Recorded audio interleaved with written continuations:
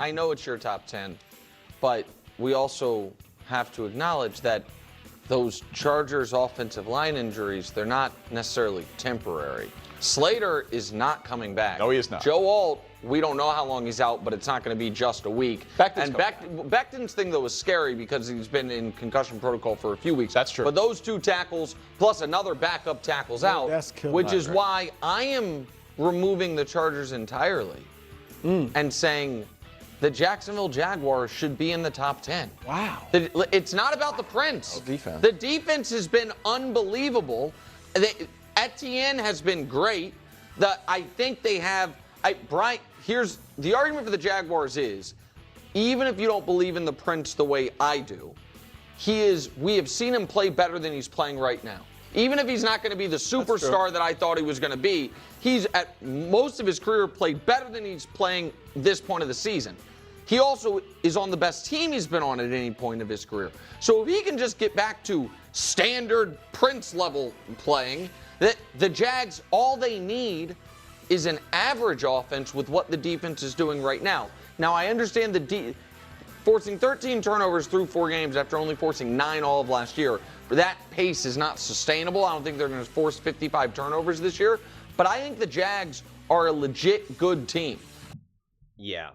This is all about not liking Justin Herbert and the Chargers and trying to inflate the Jags. So if the Chiefs beat them, it's like, Chiefs beat a top team in the NFL. Now listen, let it be known that I believed in the Jags and said that Liam Cohen was going to get the Jags and Trevor Lawrence right. It's kind of coming into fruition. Not exactly how I anticipated it to, but I'm not prepared to just replace the Chargers now with the Jacksonville Jaguars. I'm just not going to do that by any stretch of the imagination. The injuries for the Chargers are real. But this is what's really funny. Like, Nick's like, oh, the Chargers injuries, like, what are they supposed to do? Like, all these injuries, they're concerning, blah, blah, blah, blah, blah. But then wants to rip Justin Herbert individually. And it's like, how does that make sense? The answer is it doesn't. It doesn't make sense at all. Before I get into it too much, Los Angeles Chargers. I didn't even do that on purpose. San Diego, Los Angeles Chargers. I always got San Diego on my mind ever since I lived there. Please do not forget to subscribe. Chargers fans have been showing out, and I really, really appreciate it. Do not forget to subscribe to this video, and do not forget to watch the full length of this video, as it is, without a shadow of a doubt, the best possible way to support this channel and support my ability to keep making Chargers videos and to make the best possible content that I can. I am trying so hard to truly build the best possible community that I can, a community that is fully rooted in this sports talk world. It is we, not me, and I think we are doing it. So please keep on keeping on. But, I mean, listen, the injuries are for real. I don't know how they're going to navigate it. I do know that I'm going to give the Chargers a beat. I'm going to give them a break. Like, to be like, I'm taking the Chargers out and replace them with the Jags, but then, like, leaving the Ravens in, who now not only are decimated with injuries, but they have a backup quarterback. Who would you rather be right now, the Chargers or the Ravens? The answer is obvious. It's the Chargers. It's obvious. The answer is you'd rather be the Denver Broncos right now than the Baltimore Ravens. They're missing their quarterback. Their quarterback could be gone for 3+ weeks with a hamstring injury, who's hypermobile. What do we think that's going to look like right now? I don't know. Don't feel great about it. I don't feel great about the Chargers' ability to protect Justin Herbert either, as he is on pace to have over 300 pressures, which is just it's just insane. So they do got to do something. I'm anticipating them to get the ball out very quickly. Take a page out of what Aaron Rodgers and the Pittsburgh Steelers did against the Minnesota Vikings. That ball was out.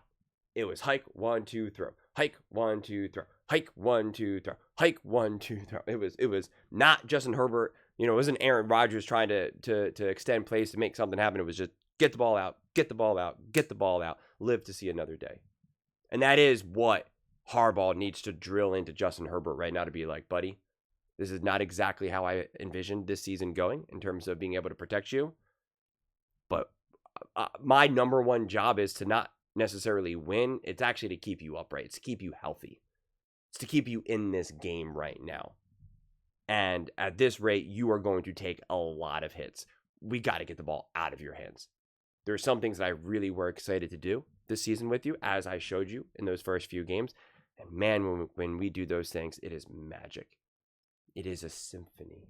It is just perfect. It is gorgeous. It is a Sunday morning in Balboa Park. It's just nice and quiet and serene. Just walking down the beach. It's empty. It's empty. It's not chaos. It's not chaos.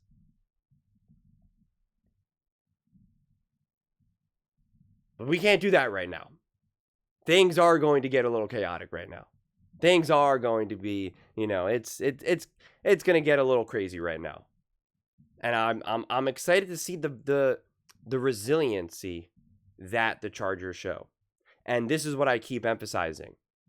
You got to catch the ball. You got to catch the ball. You can't have drops. The opportunities for the Chargers is going to be limited because of their inability to protect. And now the run game will most likely hurt as well. But it'll be interesting because pass blocking and run blocking, there are two different things.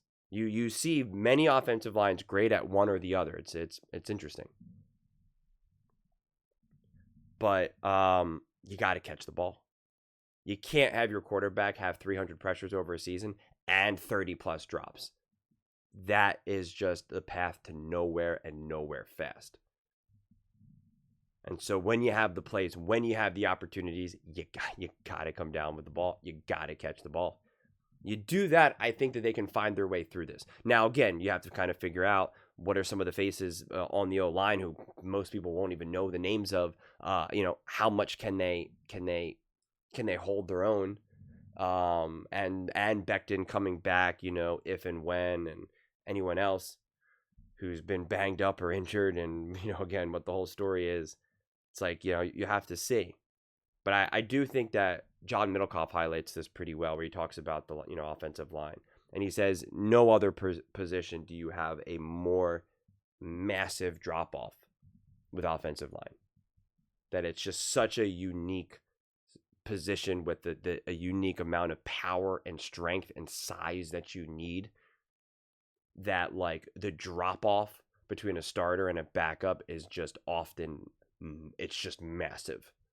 And it's why we see offensive lines either feel like they're elite and special or just awful. Or why we see it's like, so-and-so went down, in the middle of the game. And then from that point on, it was just open season on the quarterback, right? We've seen that a million times over the years with all the various, elite linemen, like Lane Johnson or, insert whoever the heck you want. It's just like, he's down, open season on the quarter, just boom. It's not necessarily like that really in any other position. Heck, even backup quarterbacks a lot of times can hold their own. So I just don't really know. Just don't really know right now. But hopefully they can be resilient. Hopefully they can still chip away at these wins. It was a tough way to not still come away with the win against the Giants. I think, winning that game goes a long way to stay ahead and to be able to now drop some tougher games. In a way, you drop that game and it's just like, all right, Chiefs are winning. And that's the thing, you're talking bad about the Jags. I mean, I'm the one that's talking, but like, you need the Jags to beat the Kansas City Chiefs, need the Lions to beat the Kansas City Chiefs. Like, you need that help. Need the Eagles to beat the Broncos. Like this division in a blink of the eye can get competitive, can get tight.